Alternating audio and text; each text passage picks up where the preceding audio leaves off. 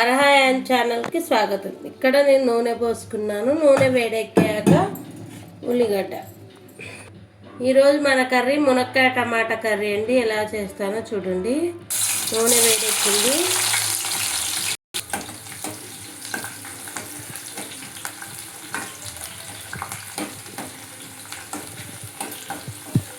ఉల్లిగడ్డలు మగ్గిన తర్వాత మునక్కాయలు వేసుకోవాలండి.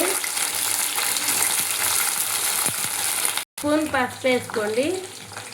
వేసుకున్న తర్వాత ఒకటికి 2 సార్లు శుభ్రంగా చేసుకోవాలి. వాటర్ మనం మునక్కాయలు ఎక్కడ తెంపి ఎట్లా వేస్తారో కూడా తెలియదు కాబట్టి మనం మంచిగా కడుక్కోవాలండి 2-3 సార్లు.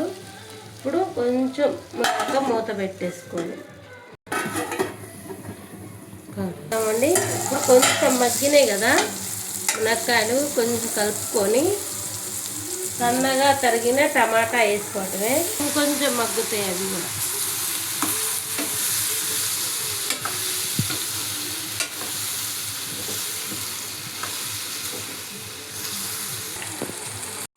ఒక స్పూన్ ఉప్పు వేసుకోండి, కలుపుకోండి.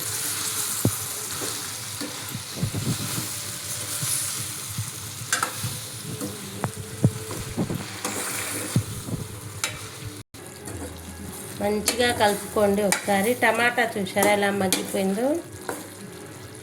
అందుకోసం ముందుగా మునక్కాయలనే మంచిగా మగ్గనిచ్చుకోవాలండి. 1 స్పూన్ అల్లం వేసుకోండి, సరిపోద్ది. ఎక్కువ వద్దు.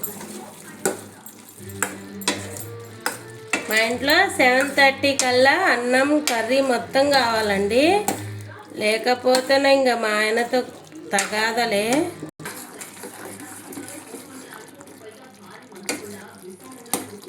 ఈ కూర కొంచెం పండిన టమాటాలు అయితే బాగుంటుంది.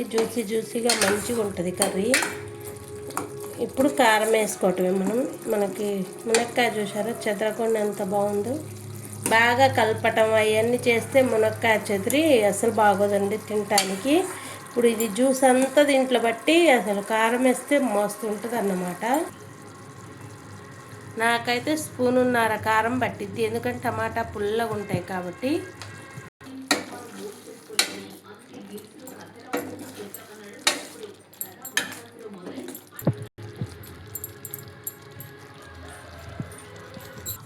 కర్రీ అయితే రెడీ అయిపోతుంది. ఒక 2 నిమిషాలు మూత పెట్టి బంద్ చేయండి. అర్హాయాన్కి షేర్ చేయండి, లైక్ చేయండి, చూసి వెళ్ళిపోకండి, గంట సింబల్ని నొక్కండి. అయితే రెడీ అయిపోయింది. ఆయిల్ చూసారా పైకి తేలుతున్నప్పుడు మనం బంద్ చేసుకుంటే అయిపోద్ది. కొంచెం జ్యూస్ ఉంటేనే జ్యూసీ ఇట్లా ఉంటేనే బాగుంటుంది కర్రీ. దీంట్లో టమాటా అదే కదా తినేది, పిన్న చెదిరిపోదు. ఫస్ట్ ఒక 5 నిమిషాలు ఆయిల్లో మగ్గనిచ్చి టమాటా వేయటమే. చేయండి, లైక్ చేయండి. అర్హాయాన్ ఛానల్ చూసి వెళ్ళిపోకుండా కొంచెం మా ఛానల్కు లైక్ చేయరాదండి ప్లీజ్.